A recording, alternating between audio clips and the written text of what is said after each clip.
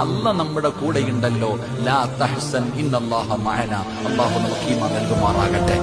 അതുകൊണ്ട് സഹോദര, മുസ്ലിമാണോ, ഈമാനുണ്ടോ, അല്ലാഹയെ വിശ്വാസമുണ്ടോ, അല്ല മതി നിനക്ക്. അല്ല നിന്റെ കൂടെയുണ്ട്.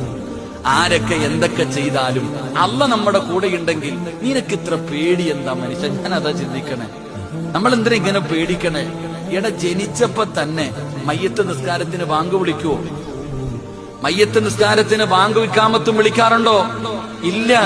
നീ ജനിച്ചപ്പോ തന്നെ അത് വിളിച്ചു വെച്ചിരിക്കുകയാണ്. പള്ളിയിൽ പോയി നിസ്കരിക്കുമ്പോ 5 നേരം ബാങ്കും കൊടുക്കും, ഇഖാമത്തും കൊടുക്കും. പക്ഷെ മയ്യത്ത് നിസ്കാരത്തിന് മുമ്പ് ബാങ്കും വിളിക്കൂല, ഇഖാമത്തും കൊടുക്കൂല. അതുള്ളത് നീ ജനിച്ചപ്പോ തന്നെ.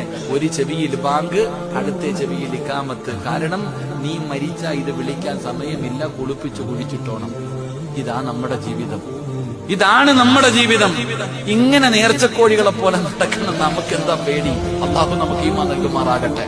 ഇതിനാ പേടിക്കണേ? അല്ല നമ്മുടെ കൂടെ ഇല്ല. ചെറുപ്പക്കാരാ, മോനെ, അല്ല കൂടെ ഉണ്ടെങ്കിൽ യാതൊരു ഭയവും വേണ്ട, ഒരു പേടിയും വേണ്ട. ജീവിതത്തിൽ ഇനി എന്തു വന്നാലും അല്ല മതി നമുക്ക്. അല്ലാഹു ഈമാൻ നൽകുമാറാകട്ടെ.